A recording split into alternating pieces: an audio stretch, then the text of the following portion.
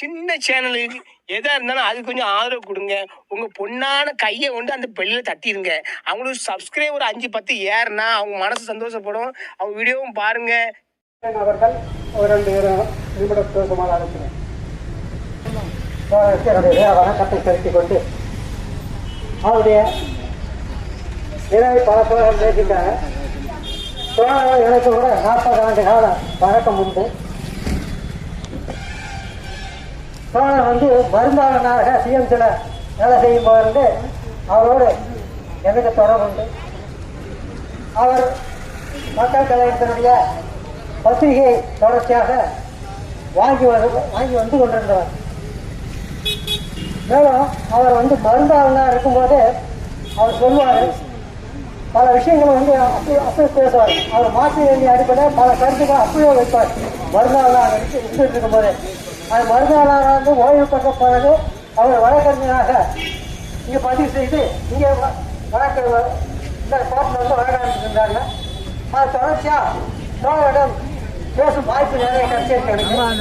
அந்த அடிப்படையில் தோழர் அவருடைய நடவடிக்கைகள்லாம் ஒரு சிறப்பாக இருக்குது.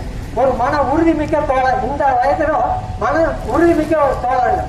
அது மட்டும் இல்லாமல் தோழர் சொன்ன மாதிரி ஒரு புத்தக சாலையை உருவாக்கி வச்சுக்கிறாங்க. அவர் முறையாக அதை எங்கே வைக்க வேண்டும் சொல்லி அதை சரியாக வச்சு அதை பராமரிக்கிறார்கள். அந்த விதத்தில் அதெல்லாம் நாம் நம்ம கை கொள்ள வேண்டிய அவசியம் இருக்குது. அவருக்கு தெரிஞ்சுக்க வேண்டிய ஒரு விஷயங்கள் இதெல்லாம். இன்னும் அதெல்லாம் மாற்ற வேண்டிய கருத்துக்களை மிகவும் நேசித்தவர் அந்த தோழர். அப்படிப்பட்ட தோழர் நானும் அவர் இறப்பு எனக்கு தெரியாதுங்க. அவர் கொடை அளித்த பிறகு அவர் போயிட்டு ஒரு 15 நிமிடத்துக்கு பிறகுதான் எனக்கு தகவல் தெரிஞ்சு வீட்டுக்கு வந்தேன். ஆனால் அதுக்குள்ள உடனே எடுத்து சென்றான்னு சொல்லி நான் தோழர்கிட்ட பேசிட்டு நான் போனேன். சார், அவருடைய தோழருடைய நிலையை நம்ம நினைக்க வேண்டும். அவருடைய போராட்டத்தை நாமும் கை கொண்டு இந்த பாலாரை பாதுகாக்க வேண்டும் என்று உறுதியேற்றுக் கொள்ள வேண்டும் என்று கூறி நான் இதோடு முடித்து வருவேன். நன்றி, வணக்கம். நமது தோழர் மார்த்தாண்டம் ஐயா அவர்களின் நினைவேந்தலில் பங்கேற்றுள்ள உங்கள் அனைவருக்கும் வணக்கம். இப்போ பாலாறு பாதுகாப்புக்காக ஐயாவுடைய போராட்ட வாழ்க்கையெல்லாம் சொன்னாங்க. பாலாறை பாதுகாக்க இப்போ நம்மளை போன்ற மக்கள் மட்டும் பாலாறை பாதுகாக்க வேண்டும் என்ற எண்ணம் மட்டும் போதாது. இவர் யாருக்கு ஒரு பாடமாக இருந்திருக்கிறார் என்றால், இந்த நாட்டின் பிரதமராக இருக்கக்கூடிய நரேந்திர மோடி அவர்கள். அவர் வாரணாசி தொகுதி எம்பி ஆவார். அவர் எம்பியாக இருக்கக்கூடிய தொகுதி என்றால் கங்கை நதி பாய்கிறது.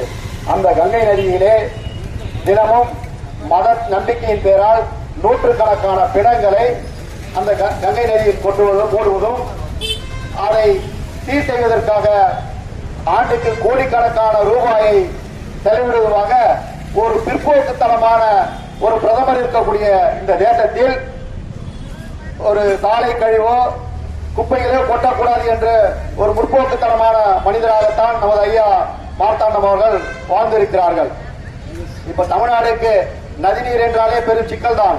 இப்ப முல்லை பெரியாறு என்றால் கேரளா அரசு சிக்கல் செய்வோம், காவேரி என்றால் கர்நாடக அரசு, பாலாறு என்றால் ஆந்திர அரசு. பல இடையூறுக்கு பிறகு எஞ்சிய நீர் தான் நமக்கு கிடைக்கிறது. அந்த எஞ்சிய நீரையும் நஞ்சாக்க கூடாது என்பதற்காகத்தான் தன் வாழ்நாள் முழுவதும் மார்த்தாண்டம் ஐயா அவர்கள் போராடினார்கள். அவர் போராடிய போராட்டத்தை நாம் முன்னெடுத்து இனி வரும் காலங்களில் பாலாறு பாதுகாப்பு விழிப்புணர்வு இயக்கத்திற்கு துணை நிற்போம். தோழர் ஒருங்கிணைப்பாளர் ராமன் உள்ளிட்ட தோழர் அவர்கள் அனைவருக்கும் நன்றி கூறி விடைபெறுகிறேன். நன்றி, வணக்கம். அடுத்ததாக ஒரு நிமிடம் பேசுமாறு கேட்டுக்கொள்கிறேன்.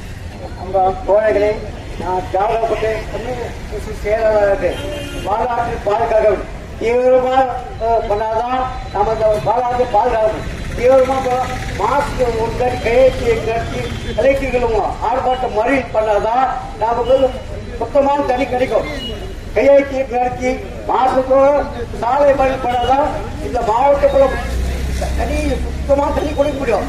இதெல்லாம் கொடுக்க முடியாது. தொடர்ச்சியாக நம்ம போராடணும். தொடர்ச்சியா போராடாதான் நம்ம சுத்தமாக இந்த மாவட்டம் ஃபுல்லாகவும் பாலாற்று பாதுகாக்க முடியும். மறக்காம சர்ப்ரைஸ் பண்ணுங்க. தேங்க்யூ.